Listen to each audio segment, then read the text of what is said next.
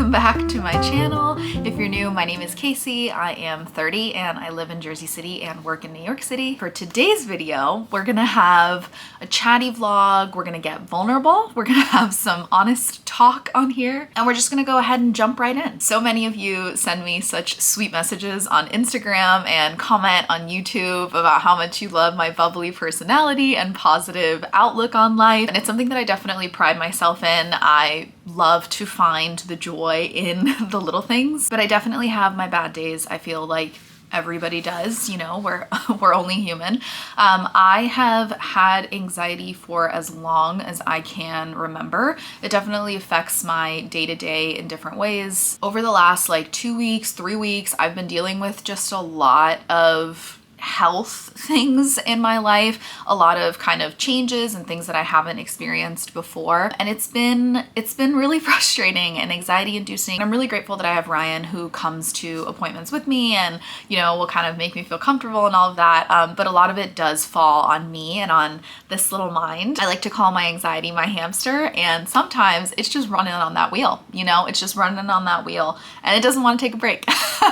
And so I feel like for these past 2 weeks, I also had to have like a procedure done on top of just kind of mentally being with the hamster. I've physically been stuck inside. A lot of the times I feel like our thoughts feel so much bigger in our heads. Everything feels so much bigger in your heads and even inside of your own space. And sometimes you need to just bust out of that cycle and bust out of the space. So much of my anxiety, and I feel like so much of other people's anxiety, stems from loss of control or not having control over a situation. And obviously when it comes to health stuff, there's a lot of things that are out of your control, but I think it's so important to just focus on the things that you do have control over. I've been talking to my friend Emily. She has been so wonderful for me for like these past 2 weeks, just talking through everything with me. And something that she told me in one of her voice notes, she said, "Casey, I'm gonna be honest with you, I think you need to go to the beach." And when I heard that, I was like, what are you talking about? Like, I can't go to the beach. I live in New Jersey. We don't have a car. Like you know, how am I gonna make that happen? And that was my first gut thought where I went to. And then I kind of took a step back and put some perspective on it. And I was like, actually, I do have the control over this situation and I can go to the beach if I want to. You know, Ryan and I can rent a car. We can get out of this mental headspace that I've been in and experience new things and see new things. I saw this TikTok that really stuck with me about kind of taking matters into your own hands. If something is making you unhappy, you have the power to change it. A lot of the times when I'm stuck in my head or when I'm in a negative headspace, it kind of feels like everything is out to get me, you know, and I have no control over the situation when in reality I do. And so we are gonna do that. We rented a car. I put in the rental confirmation and we're just gonna hop in a car this weekend and we're just gonna drive and go somewhere else, explore something else, find those little joys that I was talking about that I love to do. Obviously, going to the beach and having an experience isn't going to solve the frustrations that I've been having, or if you've ever called an insurance company, I'm sure that you are on the same boat with these frustrations, like the financial impact, stuff like that.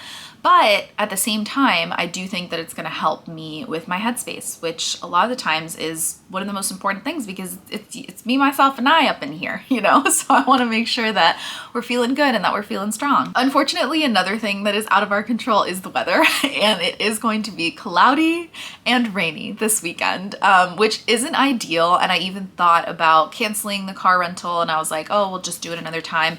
And then I was like, no, we're actually just gonna go. And even if it's cloudy and it's not the perfect sunny picturesque day, we'll still be doing something different and we'll still be exposing ourselves to something different. And I think it'll be like a nice reset button, a nice refresh button. Another thing that I've been loving is to try and find some hobbies and some activities that are not screen based. I am a social media producer, so my job is social media, my hobby is social media. I catch myself, you know, just doom scrolling on TikTok whenever I'm bored. So I popped over to a bookstore the other day, which was so much fun. Again, a new location, a place I had never been to before. I was like, let me explore. I picked up this Emily Henry book, which I am so excited about. Funny story.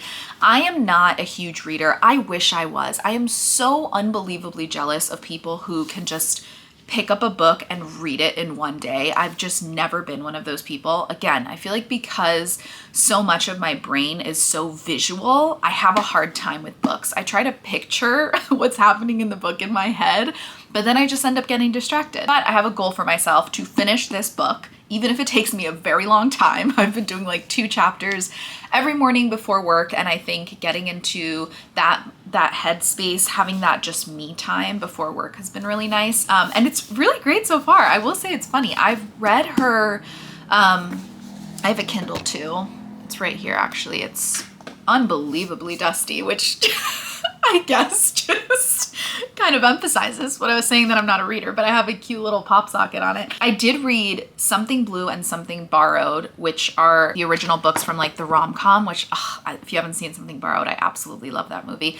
And so I did read both of those books and I really enjoyed them. And I feel like these are kind of rom-com-y. If you know me, you know that I am a rom-com girl to my core. So I feel like her books were recommended to me because of that. And I did read People We Meet on Vacation on the Kindle, and I really liked that one too. So far I'm really enjoying this book, and I feel like it's a nice little mental break. And then I've also been reading this How to Travel book, The School of Life, A Philosophical Guide to Fulfilling Journeys. I feel like I'm someone that really appreciates kind of a more philosophical or an essay-based book. I really like self-help or advice columns. I love advice columns.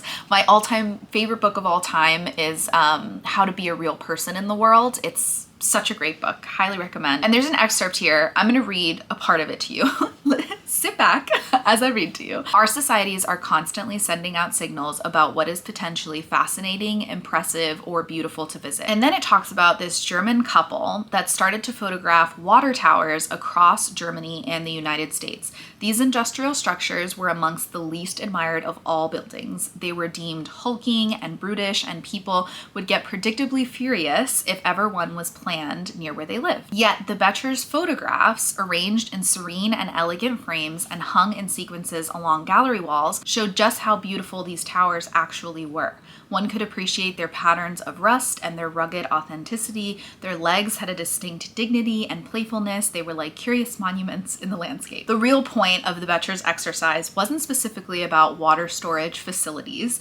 The towers provided an example for a much wider point, that there's a great deal more that is lovely and interesting in the world than we have yet been encouraged to suspect. To gain access to the full range of what is valuable, we need to suspect that the current list of what is worth seeing is radically incomplete, and we should be ready to start expanding it by ourselves, one tower at a time. And here's the picture of the water towers. Sorry, I didn't mean to go on like a Meg Ryan shop around the corner. I thought it was just great about traveling, but also just about ourselves and about life in general. A lot of the times I'm really hard on myself if I'm not at my best. You know, if I'm not feeling super joyful and happy and at my best, I can be really hard on myself, because being at my best is how I want to present myself to other people. But sometimes I'm a water tower and I'm rusty and I'm going through a slump and I have a lot of stuff going on, but that's okay. You know, there are ups and downs. There are ups and downs. Sometimes I think I'm getting out of a slump and then I head right back down, and that's okay. Just as important as I think it is to get out of a slump, I think it's important to let yourself sit in one